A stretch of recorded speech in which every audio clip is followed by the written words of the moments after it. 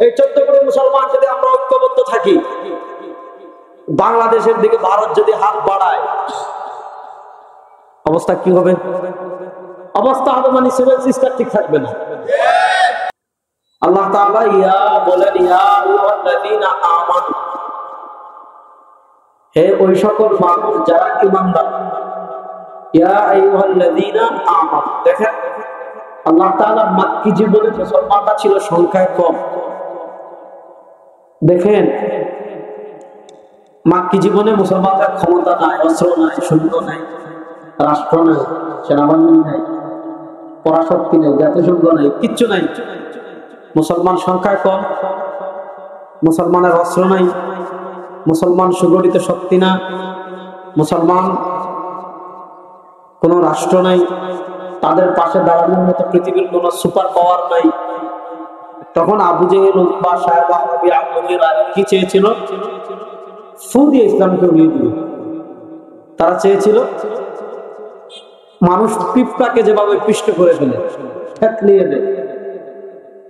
তো ক্ষমতা দিয়ে, অস্ত্র দিয়ে, সৈন্য দিয়ে, রাষ্ট্র দিয়ে আবু জাহেলরা চেয়েছিল ইসলামকে থেতলে দিতে। কিন্তু ইসলামের বাতি জ্বালিয়েছেন আল্লাহ।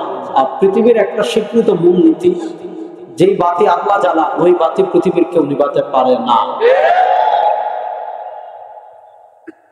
তারা চেয়েছিল ইসলামকে নিভিয়ে দিতে, তারা নিভে গিয়েছে, ইসলাম আছে। আজও যারা ভারতের দালালি করে, আমেরিকার দালালি করে, চীনের দালালি করে, রাশিয়ার দালালি করে, ভারতের টাকা খেয়ে রড দালালি করে, ইসরায়েলের দালালি করে, টাকা দিয়ে, পয়সা দিয়ে, অস্ত্র দিয়ে, সৈন্য দিয়ে, পুলিশ দিয়ে, আর্মি দিয়ে, বিজিবি দিয়ে জুলুম করে বাংলাদেশ থেকে কোরআনকে মুছে দিতে চাইবেন, ইসলামকে মুছে দিতে চাইবেন। শেখ হাসিনা যেভাবে পালিয়ে দিয়েছে, আপনারা ওইভাবে পালিয়ে যাবেন। ইসলাম আছে থাকবে, ইসলামের কিছুই কেউ করতে পারবে না। ইনশাআল্লাহটা জুড়ে বলেন না। আমরা যতদিন জীবিত আছি, শুধু আমরা না, এই বাংলাদেশে 14 কোটি মুসলমান আছে। এই 14 কোটির ভিতরে এমন অসংখ্য মুসলমান এমন আছে, ইসলামের জন্য তারা তাদের জীবন বিলিয়ে দেওয়ার জন্য প্রস্তুত আছে। যারা নিজেদের ধর্মের জন্য জীবন বিলিয়ে দিতে প্রস্তুত থাকে, ওই ধর্মকে পৃথিবীর কেউ আটকে রাখতে পারবে না। ইসলামের জন্য জীবন দেওয়ার জন্য বাংলাদেশের অনেক মুসলমান প্রস্তুত আছে।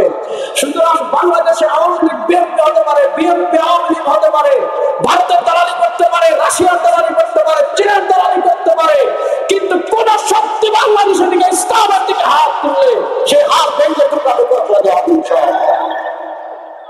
এই দেশ থেকে কেউ ইসলামকে মাইনাস করতে পারবে না ইনশাআল্লাহ। আমরা বলেছিলাম এটা সিকিম না, এটা বাংলাদেশ। আমরা বলেছিলাম এটা হায়দ্রাবাদ না, এটা বাংলাদেশ। বলেছিলাম এটা কাশ্মীর না, বাংলাদেশ। 15 বছর খুব বেশি দিন না। দেখেন নাই কি ঘোষণা, ভীষণ 41, ভীষণ 2041।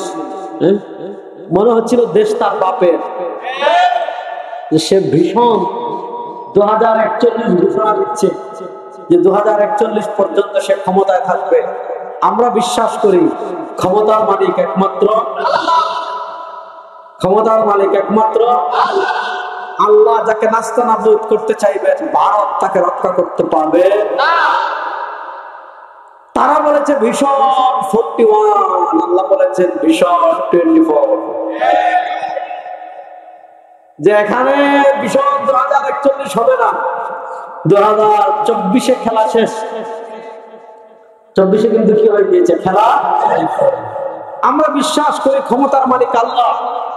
আপনি দুনিয়ার সামান্য ক্ষমতা পেয়ে, দুনিয়ার সামান্য ক্ষমতা, তাও অবৈধ পন্থায় পেয়ে যদি আপনি আল্লাহর ক্ষমতাকে চ্যালেঞ্জ করেন, আর কোন আধিপত্যবাদী শক্তির কাঁধে ভর করে, কোন আধিপত্যবাদী শক্তির পক্ষে দালালি করে দেশের আপামর মুসলমান জনসাধারণ উপর জুলুম করে, আমরা ওই 2011 থেকে বলে আসছি, 8 থেকে বলে আসছি, 10 থেকে বলে আসছি, ভারত আপনাদেরকে রক্ষা করতে পারবে না, পুলিশ রক্ষা করতে পারবে না, বিজিবি রক্ষা করতে পারবে না। শাকে চরমুনায় 2017 সালে সোহরাওয়ার্দী উদ্যানে বলেছিলেন পুলিশ বাঁচাতে পারবে না।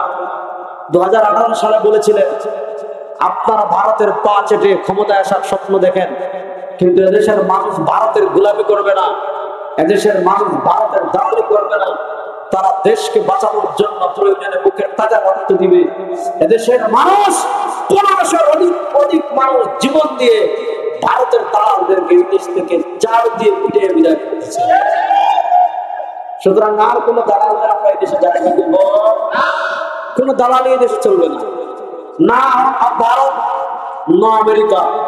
আমরা যেমন ভারতের দালালি করবো না, আমেরিকার দালালি করবো না, পৃথিবীর কোন দালালি মুসলমান করে না। মুসলমান দালালি করে একমাত্র আল্লাহ। বলেন মুসলমান দালালি করে একমাত্র। কথা ভালো করে বুঝেন তো, মাক্কি জীবনে মুসলমান ছিল সংখ্যা কম, মুসলমান সংখ্যা পৃথিবীতে এখনো কম। মুসলমান কখনো সংখ্যার উপর দাঁড়ায় না। আমরা তো এই জাতি 313 জন 1000-এর বিরুদ্ধে দাঁড়িয়ে যাই। আমরা তো সেই জাতি 5000-50,000-এর বিরুদ্ধে দাঁড়িয়ে যাই। আমরা তো সেই জাতি 50,000-3 লাখের বিরুদ্ধে দাঁড়িয়ে যাই। মুসলমান কখনো সংখ্যা দিয়ে যুদ্ধ করে না, জিহাদ করে না। মুসলমান জিহাদ করে আল্লাহ তাআলার সাহায্যের উপর ভরসা করে। যারা আল্লাহ তাআলার সাহায্যের উপর ভরসা করে আল্লাহ রাস্তায় বের হয়, ওদেরকে পৃথিবীর ইতিহাস দেখেন। কিসরা পরাজিত করতে পারে নাই, কায়সার পরাজিত করতে পারে নাই, আবু জাহেল পরাজিত করতে পারে নাই, বনু কুরায়যা পরাজিত করতে পারে নাই, বনু নাযির পরাজিত করতে পারে নাই, রোমানরা পরাজিত করতে পারে নাই, বাইজেন্টাইনরা পরাজিত করতে পারে নাই, তাতাররা পরাজিত করতে পারে নাই, ক্রুসেড পরাজিত করতে পারে নাই, আমেরিকা পারে নাই, রাশিয়া পারে নাই। 14 কোটি মুসলমানের একটা চুলও ভারত ছিঁড়তে পারে নাই।